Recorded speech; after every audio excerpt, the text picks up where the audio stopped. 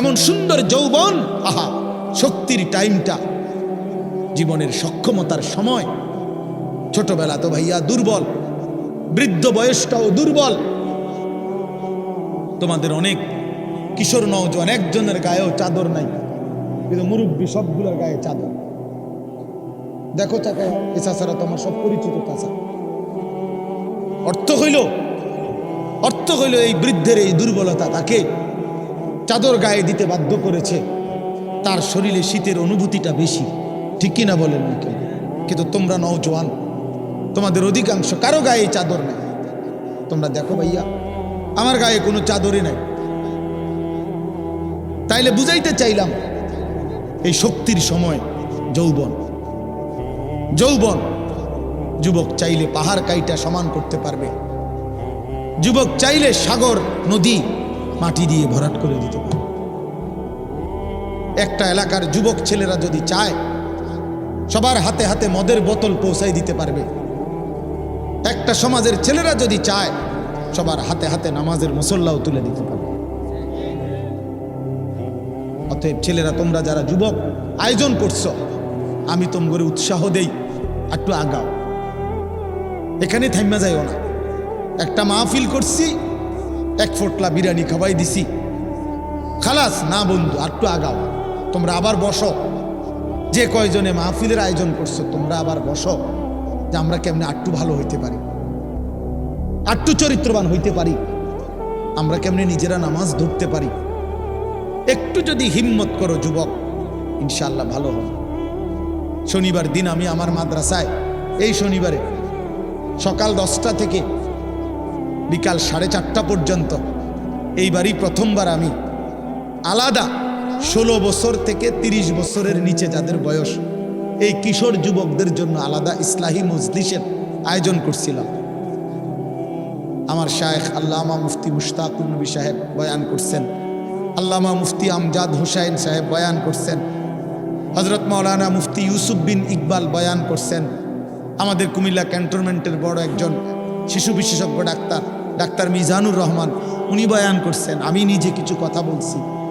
প্রায় 600 ছেলে এন্ট্রিভুক্ত আসছে, এখানে উপস্থিত হয়েছে 600। সন্দ্বীপে, চট্টগ্রামে আমরা প্রতি বছর সন্দ্বীপ যাই, সেখানে 4টা-5টা ছেলে ফজরের নামাজের জন্য, তারা বন্ধু কলেজের ছেলে, 4-5 জন ছেলে মাত্র। ওরা একদিন সিদ্ধান্ত নিছিল, ওরা সবসময় ফজরের নামাজ পড়তো, তো ওরা একদিন সিদ্ধান্ত নিছে যে ফজরের পরে তারা সন্দ্বীপ তো সাগরের পারে, তো সাগরের পারে হাঁটতো তারা। তো তারা একদিন সিদ্ধান্ত নিছিল আজ থেকে 1 বছর আগে, যে আমরা সকালবেলা না হাইটা চলো আমরা বন্ধুদেরকে ফজরের জন্য জাগাই, ফজরের ক্যাম্পেইন করি, ফজরের জন্য গণসংযোগ করি। এই 4-5 জন ছেলে উদ্যোগ নিয়ে শুরু করছে। ঠিক 1 বছরের মেহনতে এই গত নভেম্বর, 24 সালের নভেম্বরে আমি গেছি মাহফিলে, ওইখানে তারা আমার লিস্টেড, ফজরের পরে আমি তাদের জন্য আলাদা বয়ান করছি, তাদের আলাদা মাহফিল হয়েছে ফজরের পর। মানে রাতে আমি যেই প্যান্ডেলে ওয়াজ করছি, ওই প্যান্ডেলটা তারা সকালের জন্য আবার ভাড়া নিছে। বুঝেন না এই কথা? আমি ওখানে ছিলাম, আর ওখানে রাত্রে আসা যায় না, ওইটা সন্দ্বীপে স্পিড বোট দিয়ে আইতে যাইতে হয়, তো রাইতে আওয়ানোর সিস্টেম নেই, থাকতে হয়। এই জন্য ফজরের পরে আবার বয়ান করছি 1.5 ঘন্টা। তো ওরা, আমি বললাম এত ভোরে ছেলেরা আইবনি, কয় হুজুর আসবেন ইনশাআল্লাহ, আপনি দেখেন। তারা আমারে দেখাইছে কাগজে কলমে লিস্টেড করা, প্রায় 4,500 ছেলে এখন ফজরের নামাজ জামাতে পড়ে। যুবক চাইলে কি না পারে, যুবক চাইলে ভাঙতে পারে, যুবক চাইলে গড়তে পারে, যুবক চাইলে বুলডোজার দিয়ে সমান করে লাইতে পারে, সমান করে ফেলতে। আবার সেই ভাঙার উপরে যুবক চাইলে গড়তেও পারে। আল্লাহ তাআলা নওজোয়ানের শরীরে অসম্ভব হিম্মত দান করছে, অসম্ভব হিম্মত। এই জন্য বাপ, আমি যুবক যারা, তাদেরকে উৎসাহিত করলাম। মহান আল্লাহ পাক রব্বুল আলামিন আমাদেরকে বলছেন, আমি তোমাদের ইমানদার, ইমান নিলাম, আমি ইমান দিছি বান্দা, আমি গত বছর যখন তাবলিগের সফরে ছিলাম দিনাজপুর জেলায়, গত বছর আগস্ট মাসে ৭২ বছর বয়স্ক একজন হিন্দু লোককে কালেমার দাওয়াত দিছিলাম। ওনার 2 ছেলে মুসলমান। ওনারে আমি 2.5 ঘন্টা কালেমার দাওয়াত দিছি। আমরা 3 জন আলেম মিলে কত অনুনয় বিনয় করছি, কাকুতি মিনতি করছি, কাঁদছি, চোখের পানি ফেলছি। একটা বার চাচা কালেমা পড়েন, আপনার ছেলে মুসলমান, ছেলের বউ মুসলমান, আপনার নাতি নাতনি সব মুসলমান, আপনি এখনো বসে আছেন কেন? আহা, এই ৭২ বছর হয়ে গেছে। বুড়া মিয়া কয় আমি ওটা বলবো না, বলে নাই।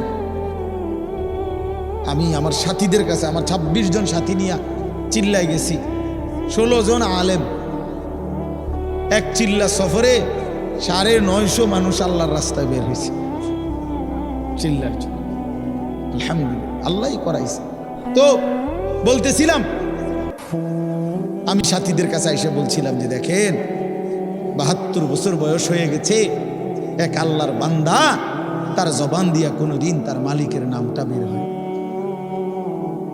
আমারে আপনারে আল্লাহ তাআলা কত বড় তৌফিক দিছে যে আমরা কত হাজারবার, লক্ষবার কালেমা লা ইলাহা ইল্লাল্লাহ মুহাম্মাদুর রাসূলুল্লাহ এটা যে আমরা পড়তে পারি, পড়তে পারছি, এই সৌভাগ্যের কৃতজ্ঞতা কি? এটা যদি আল্লাহ আমগো জবান দিয়ে কোনোদিন না বলাইতো। কথা বলে না বাপ? এই ছেলেরা মিয়া, এই আব্বা যারা নামাজ পড়ো না, আরে না ফরমান, তুই যদি হিন্দুর ঘরে জন্ম নিতি, তুই যদি ইহুদির ঘরে জন্ম নিতি, তুই যদি খ্রিস্টানের ঘরে জন্ম নিতি, বেটা কি হতো জীবন? যদি কোনোদিন কালেমার আহ্বান না শুনতা। তুমি তো মুসলমানের ঘরে জন্ম নিয়া এভাবে ইমানকে ফেলে দিলা। মুসলমানের ঘরে জন্ম নিয়ে এভাবে নামাজকে প্রত্যাখ্যান করলা। ছি ছি ছি ছি, তোমারে দেখে তো হিন্দুও হাসবে, তোমারে দেখে তো ইহুদিও হাসবে, তোমারে দেখে তো খ্রিস্টানও হাসবে, যে দেখছো হয় নাকি শ্রেষ্ঠ জাতি, ওদের ধর্ম নাকি শ্রেষ্ঠ ধর্ম, ওদের ধর্ম কোরআন নাকি শ্রেষ্ঠ কিতাব, ওদের শ্রেষ্ঠ ধর্ম ওদেরই পছন্দ হয় না, ওদের শ্রেষ্ঠ কিতাব ওরাই পড়তে পারে না। তো এটা কিসের শ্রেষ্ঠ? কথা বলেন না। তাহলে আমি তো আমার ধর্মের অপমান। কথা বলেন না, আমি আমার ধর্মের অপমান না, আমি আমার কোরআনের অপমান। এজন্য তোমরা যারা বেনামাজি ছেলে, তোমরা ধর্মের অপমান। তোমাদের যাদের চুল বেঈমানের মতো, তোমরা মুসলমান ধর্মের অপমান।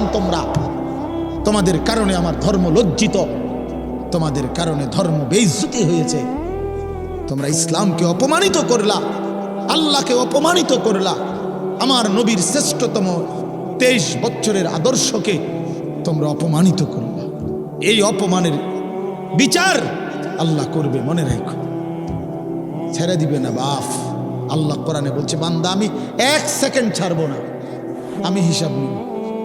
তুমি আমারে কি মনে করছো বান্দা? বাদ্যুকে খাওয়াইছি দেখে তুমি মনে করছো আমি মাতি না? হ্যাঁ, কিটা মনে করছো? এ পেশাব পায়খানা আর ভাত তুমি মনে করছো আমি কিছুই বলবো না, কিছুই বলবো না। তুমি জানো না ফেরাউনকে শোয়াইছে কে? তুমি জানো না কারুনকে শোয়াই দিছে কে? তুমি জানো না নমরুদ সাদ্দাতকে নিশ্চিহ্ন করে দিয়েছে কে? তুমি শোনো নাই? তুমি আন্দাজ করো নাই আমি আল্লাহ কেমন? এই পৃথিবীর কত অবাধ্য জাতিকে আমি আল্লাহ ধ্বংস করে দিয়েছি, শোনো নাই? কই, গোটা পৃথিবীর সমস্ত আধুনিক প্রযুক্তি থাকার পরেও তো বাবা আমেরিকার ওই বেঈমানরা, ক্যালিফোর্নিয়ার লস অ্যাঞ্জেলস তাদের একটি স্টেট আগুনে দাবানলে পুরে ছাই হয়ে গেছে। লক্ষ লক্ষ কোটি কোটি মিলিয়ন বিলিয়ন ডলারের এক এক বিল্ডিং। আপনারা মুরব্বীরা মিলিয়ন বিলিয়ন ডলার কিতা এটি বুঝতেন না? কয়টা আপনি 1 মিলিয়ন বিলিয়ন ডলার কত টাকা? কমপক্ষে 300 টাকার বেশি। মানে আপনি এটি বুঝতেনও না, টেহাইডি এটান বুঝতেনও না। কথা বুঝছেন কেন? হ্যাঁ, আমরা কিতাবে পড়ছি এক বুজুর্গকে, হ্যাঁ, একটা জিনিস দামি ওনার কাছে ছিল, তো ওনার কাছে বলছি এটা আপনি বিক্রি করে দেন। কত মূল্য? উনি বলছে 100 দিরহাম, 100 টাকা। তখন উনি যখন বিক্রি করে দিছে, ওনার 100 দিরহাম দিছে। তো অন্য কেউ ওনারে পরে বলছে, হায় হায় জনাব, আপনি তো বহুত বড় ঠকছেন, মাত্র 100 টাকা দাম চাইলেন, এটার দাম তো আরো অনেক। তো উনি বলছেন, আল্লাহর কসম, 100 টাকার উপরে, 100 দিরহামের উপরে কোনো সংখ্যা আছে? আমার তো এটা জানা নেই, আমার তো এর উপরে কিছু জানা নাই। হ্যাঁ, আমার মেজো বোনের বিয়ে যখন হয়েছিল, মেজো বোন, আমি তখন প্রাইমারি শেষ করে মাদ্রাসায় ভর্তি হয়েছি। এই সময় আমার বোনের বিয়ে হয়েছে। তো বোন জামাই যখন ওই আগে ছোটবেলায় বিয়ের দিন বোন জামাই যখন আসছে, তখন শরবত খাওয়াইছি যে গেইটে নাকি, এই তখন কিছু টাকা দিতে হয় না, যে শরবত খাওয়ায় তারে। তো আমারে 100 টাকা দিছে উনি প্রথম। তো এগুলা নাকি ওনার কাছে আরো টাকা ছিল, তো এগুলো ওই আর একটু সাফাসাফি করলে আরো দেয়, আরো কিছু দেয়, না মানলে আরো দেয়, এমনি এমনি নিয়ম ছিল। আমার 100 টাকা দিছে, আর এটা দেখে আমি একটা দৌড়ে আইয়া লাইছি। আমার পুরো মনে আছে, একেবারে কসম, আমার পুরো এখনো মনে হইলো আর এই কথাটা। আমার একেবারে আমার ভাই, চাচাতো ভাইটাই বা অন্যরা এত দমকাইছে, বেউকুফ, 100 টাকা লইয়া দৌড় দিয়ে আইয়া লাইছ। আমি বলছি, আমি তো আসলে এর চাইতে বেশি টাকা জীবনে আর দেখিই নাই। তো বলতে চাইলাম, হাজার হাজার কোটি কোটি মিলিয়ন ডলারের এই বাড়ি ভবন, এগুলো পৃথিবীর সর্বাধুনিক প্রযুক্তি দিয়ে, অত্যাধুনিক প্রযুক্তি থাকা সত্ত্বেও, আধুনিক সরঞ্জামাদি থাকার পরেও বাপ আল্লাহর দেওয়া আযাবে আগুনে যখন জ্বলছে, এই কয়দিন হইল কোনো বেঈমানে 1 সেকেন্ডের জন্য আগুন নিভাইতে পারে নাই। 14,000 ফায়ার সার্ভিস কর্মী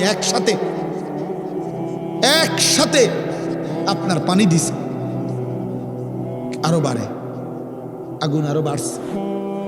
তার মানে বোঝা গেল বাবা, পৃথিবীর কারো শক্তি মূলত কোনো শক্তি না, আল্লাহর শক্তির সামনে, আল্লাহর ফয়সালার সামনে। আল্লাহ যদি ভালো রাখে তাইলেই ভালো থাকা।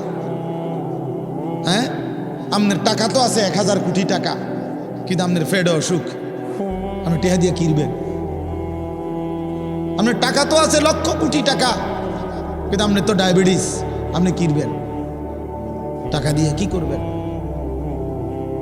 আপনি 7 রাজার ধন হইলেও কি লাভ হবে আপনার? এই জন্য আমি অনুরোধ করছি, আমরা মুমিন, আল্লাহ আমাদেরকে বলছে এটাই কথা, তোমাদের উপরে আমি রোজা ফরজ করলাম, তোমরা আমার হুকুম মানো, তোমরা আমারে মানো বান্দা। রোজা মানে বিরত থাকা, সিয়াম মানে বিরত থাকা, তার মানে গুনাহ থেকে বাঁচো, হালাল বস্তু থেকে বাঁচো। আমি তোমাদেরকে হারাম তো হারামই, হারাম থেকে আবার ফিরাবো কেন? হারাম থেকে তো ফিরতে সারা বছরের জন্যই বলে দিছি। তো আমি রমজান মাসে তোমাদের 3টি হালাল খাবার হালাল ছিল, পানি হালাল ছিল, হালাল স্ত্রী হালাল ছিল। আমি রমজানের 30টা দিন, একটা মাসে তোমাদের জন্য খাদ্য, পানি, স্ত্রী, এই 3টা জিনিস হালাল বস্তু আমি হারাম করে দিলাম, যেন আমি বুঝাইতে চাইলাম যে দেখো, আমি আল্লাহ যেখানে হালালটাও হারাম করে দিলাম, সেখানে হারামটার প্রতি আমি আল্লাহর কি পরিমাণ ঘৃণা। যেখানে হালালটাই ছেড়ে দিতে বললাম, সেখানে হারামটা ধরে রাখার কোনো সুযোগ আছে? অতএব মিথ্যা, চুরি, ডাকাতি, জিনা, ব্যভিচার, মদ, জুয়া, নাচ, গান, সুদ, ঘুষ, মা বোনদের বেপর্দা জিন্দিগি ছেড়ে দেন, ছেড়ে দেন। একজন বুঝলে একজনই, কোনো অসুবিধা নাই, আমার কোনো আফসুস নাই। আমি সব সময় ফেরিওয়ালার মতো আমি বুঝি, একজনই শুনুক, একজনই যদি ভাবে আলহামদুলিল্লাহ, সংখ্যা দিয়ে আমি কি করব? বুঝেন না? 10 কোটি মানুষ আমারে মনে করেন আলগি দিছে, তো কি হইছে? কি হইছে? এটা আমার কবর রাজাব মা, বাংলাদেশের একেবারে মনে করেন 50 লাখ লোক আমার চিনে, তো কি চাইতে আমার কবর রাজাব মা তো আর কি। পরিচিতি অপরিচিতি জনপ্রিয়তা এগুলো কোনো বিষয় না, এগুলো কোনো মুখ্য বিষয় নয়। বিষয় হলো আল্লাহর কাছে গ্রহণ হওয়া, আখিরাতের মুক্তি পাওয়া, জাহান্নাম থেকে মুক্তি পাওয়া। অতএব আজকে এতটুকুই মূল কথা। আমরা প্রত্যেকেই এটা ভাবি আমরা মুমিন। প্রিয় ভাই বলেন, আমরা এখানে যারা এখন বসছি রাত 12টা বাজে, আমার কথা শেষ, নীরবে একটা মিনিট ইনসাফের সাথে ছেলেরা বাবা বলো তুমি মুসলমান কিনা। না না ছেলেরা আলাদা বলো, বাবা কও তোমরা মুসলমান কিনা। প্রিয় বাপ বলো তুমি মুসলমান কিনা, তুমি মুসলমানের সন্তান কিনা। তাইলে তুমি বয়স্ক যারা আছেন তারা আপনারা বসা থাকেন, কিন্তু তোমরা যারা 30 বছরের নিচে ছেলে, তোমাদের বয়স বুঝে শুনে ধোঁকা দিও না, আল্লাহর সাথে ধোঁকা করো না, আল্লাহর সাথে মস্কারি করো না। হাদিসের মধ্যে আছে এক লোক নবীজির সামনে বাম হাত দিয়ে খাইতেছিল, মুসলিম শরীফের হাদিস। নবীজি তারে বলছে ডান হাতে খাও, তখন সে বলছে আমি ডান হাতে খাইতে পারি না। নবীজি বলছে তাইলে আর পারবাও না, কসম আল্লাহর। ওই হাদিস আছে, সাহাবী বলে ওই লোক আর কোনোদিন ডান হাত মুখের কাছে আনতে পারে নাই, কারণ সে তো মূলত মিথ্যা বলছিল, অহংকার করে বলছিল। এই জন্য আমি অনুরোধ করছি, তোমরা যারা 30 বছরের নিচে আছো ছেলে বাবা, তোমরা দিল থেকে বুঝে শুনে তোমরা নিয়ত করে দাঁড়াও, যে এই কথার নিয়তে দাঁড়াও, যার ভাল লাগে যে আমি ইনশাল্লাহ চেষ্টা করুম ফজর সহ 5 ওয়াক্ত নামাজ পড়তে। তুমি সিদ্ধান্ত নিয়ে বলো যে আমি চেষ্টা করব, আমি নারী ছবি, অশ্লীল দৃশ্য থেকে, মোবাইলের অশ্লীল ছবি থেকে নিজেকে বাঁচাইবার নিয়ত করলাম, সিদ্ধান্ত করলাম। আল্লাহ তৌফিক দিলেই তো পারবা, ঠিক কিনা বলেন না কেন? অতএব নিয়ত করে হিম্মতের সাথে যে আসলেই হুজুর আমি দিল থেকে বললাম, এই নিয়ত করে দাঁড়াও, যার ভাল লাগে দাঁড়াও, কোনো বাধাবাধকতা নাই, যার মন চায় দাঁড়াও, আমার কোনো জোরাজুরি নাই। বাকি তুমি দিল থেকে বলো, মন থেকে মনে নিয়ত করো, তোমার দিলে তুমি, কারণ তোমার কবর তোমার, আমার কবর আমার, তোমার ঘরে তুমি ফিরবা, আমার ঘরে আমি ফিরব। সবাই রাজি তো ইনশাআল্লাহ? আল্লাহ তাআলা তৌফিক দান করেন। বসো বাপ, আল্লাহ কবুল করে নেন। মনে করো ঠকবা না, মনে রাখো নামাজ পড়ে কেউ ঠকে না, না পড়ে ঠকে। গুনাহ ছেড়ে দিয়ে ঠকবা না, বরং গুনাহ ছেড়ে দিলে দামি হইবা ইনশাআল্লাহ। দামি হইও, নিজে দামি হবা, মনে রাখো দামি। একটা জিনিস শেষ মনে রাখো ছেলেরা, যে কোনো মূল্যে আমরা আলহামদুলিল্লাহ গোটা পৃথিবী নিয়ে আমাদেরও পড়ালেখা করা আছে, সারা পৃথিবীর হালাত আমরাও বুঝি কম বেশ।